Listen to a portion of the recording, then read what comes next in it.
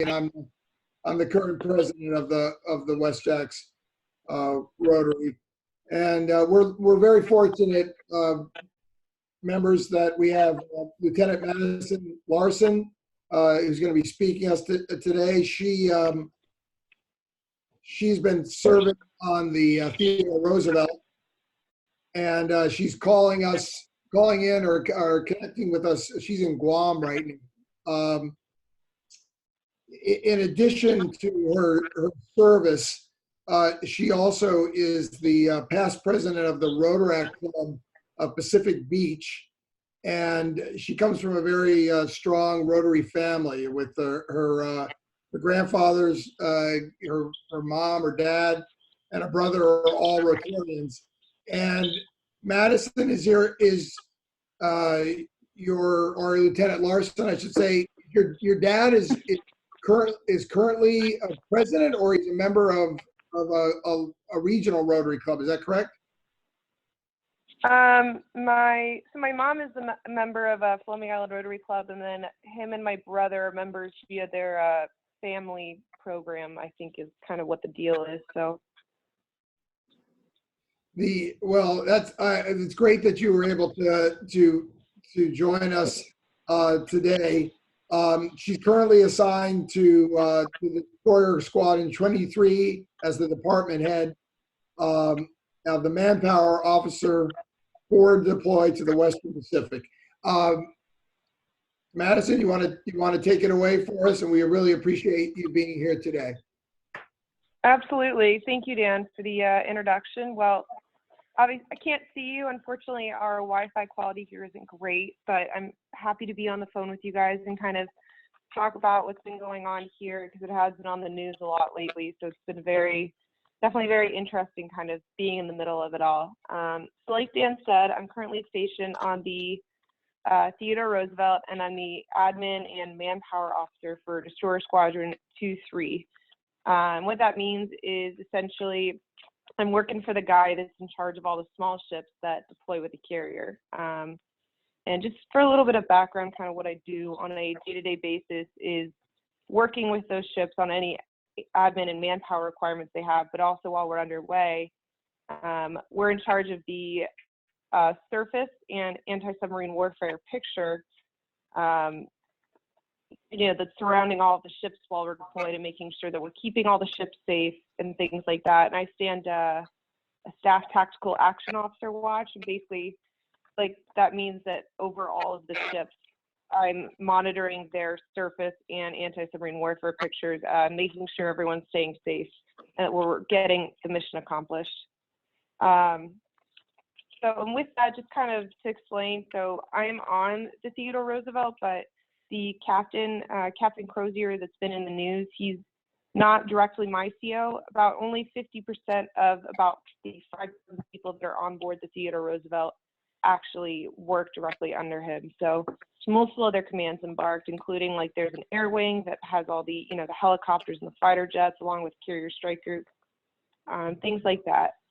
And just a little more background. So we were deployed in mid-January from San Diego, and we've been deployed in doing Pacific presence operations in the U-boats in the Philippines and the South China Seas, doing freedom of the seas kind of work, just making sure that sea lines of communication and everything is staying free and staying open, that the universal or the laws of the seas are being adhered to. So with that, I'll kind of go into what has been going on. We pulled into Vietnam in early March, and we'd been underway for 15 days when we first had a case of COVID-19 on the ship. And just for a disclaimer, any information I am giving is all available online in the news. There's obviously a few things I can't discuss, but at the end of this, please ask questions. I will answer everything I'm able to answer. And on the ship, we had one case pop up, still less than a month ago, but social distancing is absolutely impossible. I'm lucky being an officer that I just share a room with one other person. However, oftentimes when you're passing each other in the passageways, I'm having to press up against the wall to let people get through. And even though I have a room I just share with one person, I still have a communal bathroom. We eat together. I eat in a wardroom, so once again, not quite as crowded as the general crew mess decks. It's still always a crowded eating situation. And a lot of the general crews in berthing where their racks are stacked 3 high, and there's upwards of 80 people all living in the same space and sharing the same bathroom. So social distancing is absolutely impossible. And with that, at this point, I think we're around 600 cases total. And unfortunately, 2 days ago, somebody passed away as well, even though the average age of the crew is only late 20s. So it's definitely a little scary.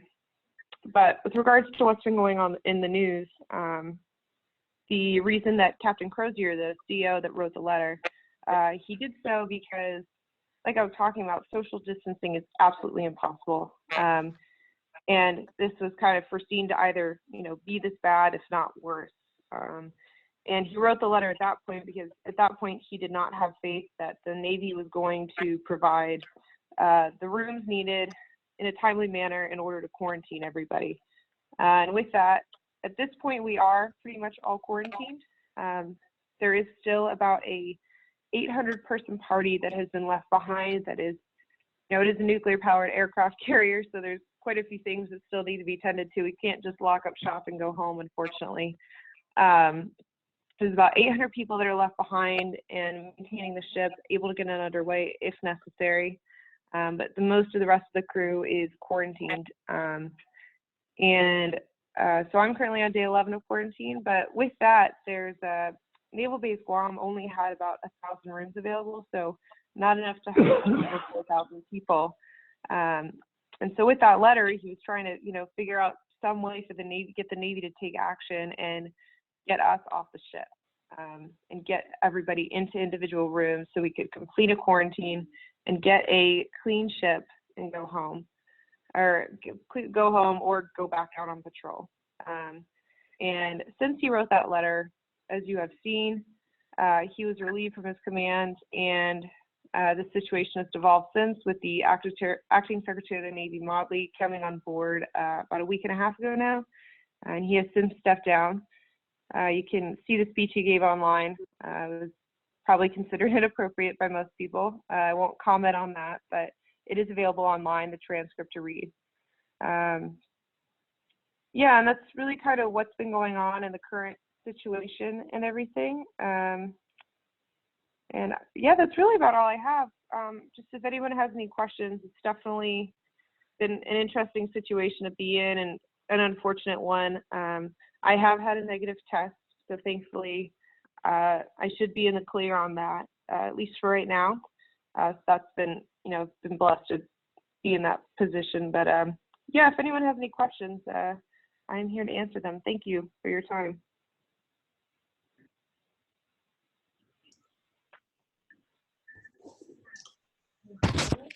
Maddison? Hey, Dan, Yes, go ahead. can I ask her a question? Yes, absolutely. Go ahead, Scott. Yeah, Madison, I was stationed in Guam in 82 to 84, so probably before you were born. But I don't, the photos that I've seen, obviously the ship's not in Agana Harbor. Where is the ship anchored off? We're actually pierside. I have to actually forget it's just the Guam Naval Base. We're over on the southern part of the island, I know. But you're not in the harbor. I'm not, I thought we were. We might not be. I'm honestly not entirely sure. Okay. We're at the naval base.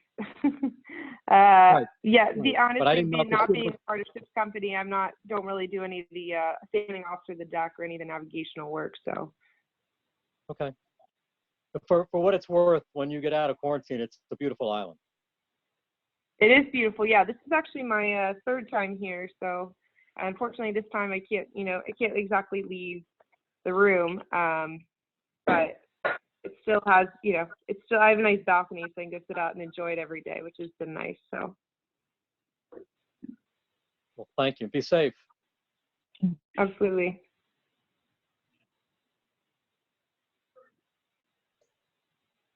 Other questions for Lieutenant? I'd like to ask, has everybody on the ship been tested? Yes, at this point, everyone on the ship's been tested. At the end of our quarantine,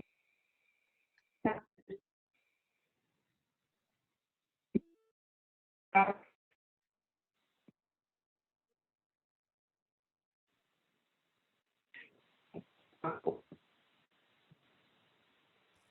think we lost you there, Madison.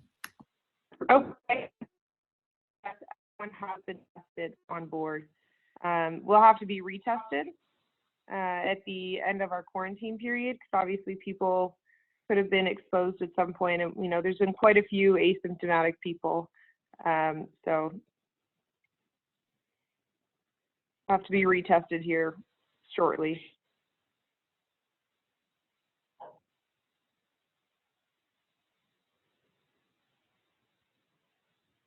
Madison, this is Dan Maloney. Did you may have already said, is there anybody else off the ship that's in the hospital? Yeah, they just released the news. I think some days ago. There's currently 2 more personnel in the ICU, and then I think 4 more in the hospital. I don't think any of them are incredibly bad. At least the last update I've heard from the 2 ICU personnel were just having some issues breathing, but I think are otherwise doing, as well as they can be. But obviously it'll have to keep being monitored, and hopefully they, stay the same or get better.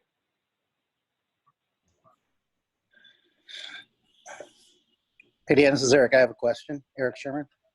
Hey, Lieutenant Madison, are you able to talk to how your military training helped you deal with the virus and maybe keep down so it didn't spread as fast throughout the ship? Sure, absolutely. Trying to think. Honestly, I'd say if anything,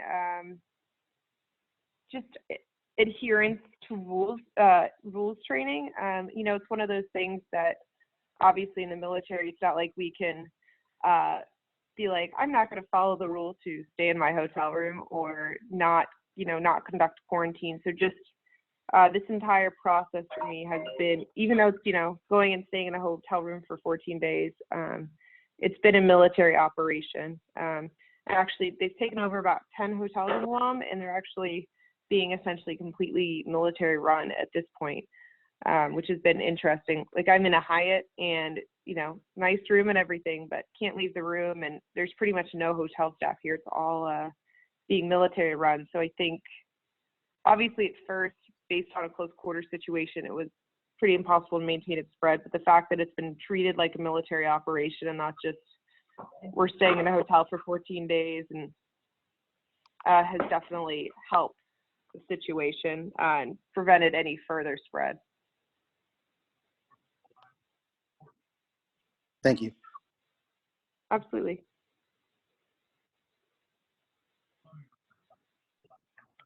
Dan, there's some questions in the chat box if you want to read them to her. Yeah, I'll need to remove my Patty, because of the way I have my camera set up, could you read those questions, please? Oh, of course, I'd be happy to. Lieutenant Larson, we have some questions from our members, and they are, one says, why did you choose the U.S. Navy? Well, my dad is a retired Navy captain, so I grew up with it, which definitely helped. And then when I was going to college, I knew I didn't want to go to the Naval Academy or anything, but I was looking for a way to pay for it and not have to take any loans out. And I went to Duke University for my undergrad. So the ROTC scholarship essentially covered everything and seemed like a good career choice, at least for, the first 2 years out of college. So, and it has been, it's been great. So that's why. Okay, good. Thank you. How quickly, another Gigi Carroll asked, how quickly did you get your test results? They've been taking a couple of days, and that's mostly because of the volume, and also they actually have to send the results to South Korea in order to get the testing lab that's the actual verified one that the government of Guam accepts for us in order to get rooms off of base is in South Korea. We also have testing kits on board, but they're not quite as accurate. So it's been about 2 days turnaround.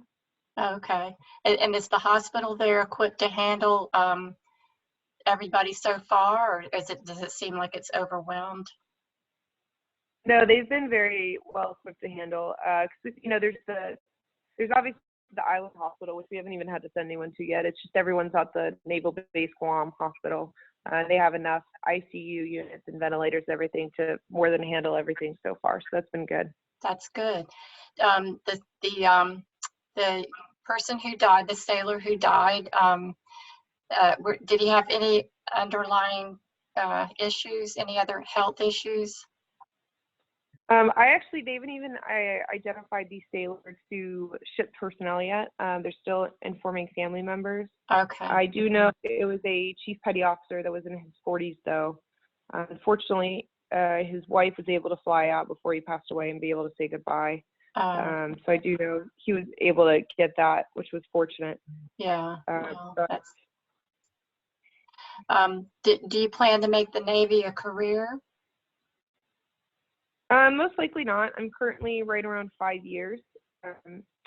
And I'm supposed to be going to shore tour already, but with everything going on, hasn't happened yet. But no, personally, I'm probably going to end up getting out here in a couple of years and go do something different.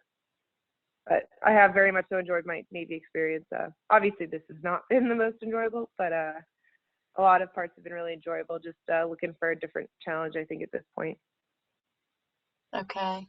Well, thank you. We certainly, our condolences certainly are with the families of all of the ones who are sick and ill, and we appreciate so much all of your service. I'm going to let the president talk now. Sure. Are there any other questions for Lieutenant Larson? Yes. Go ahead. Was there a question? Yes. Early on, she mentioned that she didn't work directly for the captain. For whom did she work? Was she in the air wing, or was she not part of the ship's company?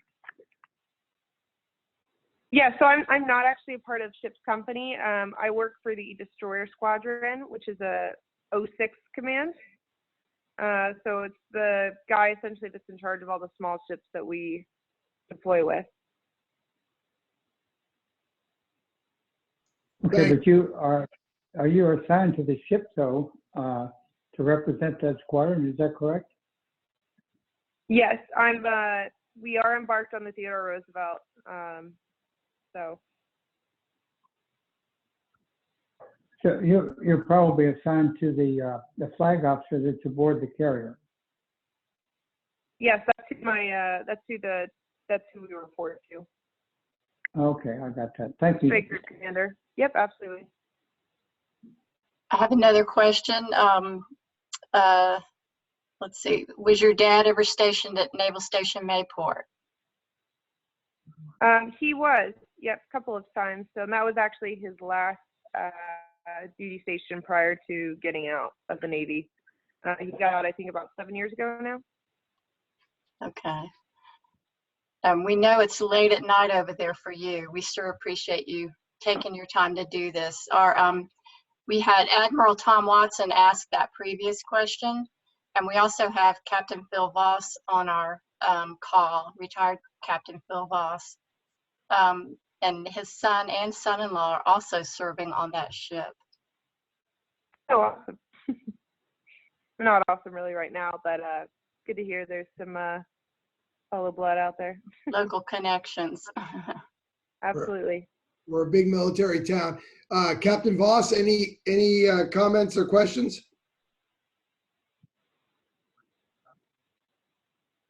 I think he's unable to, he can hear us, but he can't respond. He doesn't have a microphone or a video capability yet.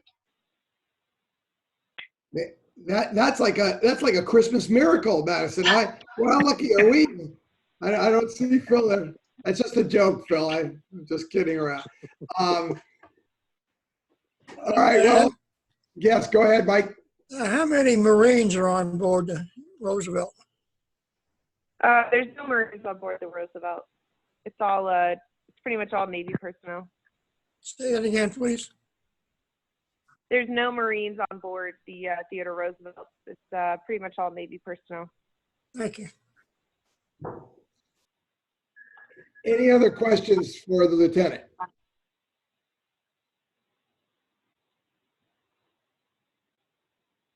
Madison, where do you live when you're stateside? I lived in San Diego, but I'm actually, whenever all this is over, I'm actually supposed to PCS to Naples, Italy. So, but I've been in San Diego for about 5 years. Do you ever get to North Florida? Yeah, I mean for holidays, so usually only about once a year, but still get to come back home fairly frequently. Well, I hope when all this is over and you're back in Florida, please give us a heads up. We would love you to come and be a guest for lunch, and people could meet you in person. Oh, awesome! Thank you so much. I appreciate that. We have one last question. Did you go to school in Jacksonville? I went to St. John's Country Day School, and then I went to Duke University in North Carolina for my bachelor's. Okay. And Captain Phil Voss called in. He wants me to let President Dan know that he has the coordinates to your house. I'm sure he does. I'm gonna dig a bomb shelter tonight, Phil. Anyway, thank you again, Lieutenant. I hope you can get back to sleep, and good luck. Stay safe and stay well, and we wish you the best. Great. Thank you so much, Dan. Have a good day, you guys. Take care. Sorry, that was my walkie-talkie. Well, that was great. Thank you, Patty, for interpreting the chat. I'll figure out for next week. I'll try to switch screens around so I can actually see at the bottom the chat information. I just can't see it with my camera laptop in the way. Are there any other announcements anybody wants to share at this time? The next week, Mary Pat, have we been able to secure Daniel Davis of the Chamber for next week?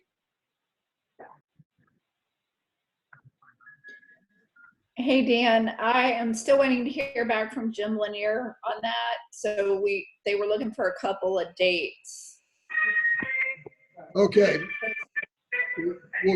We'll keep people posted then. Daniel Davis has told us that he has some flexibility, and we're trying to lock him down for a date.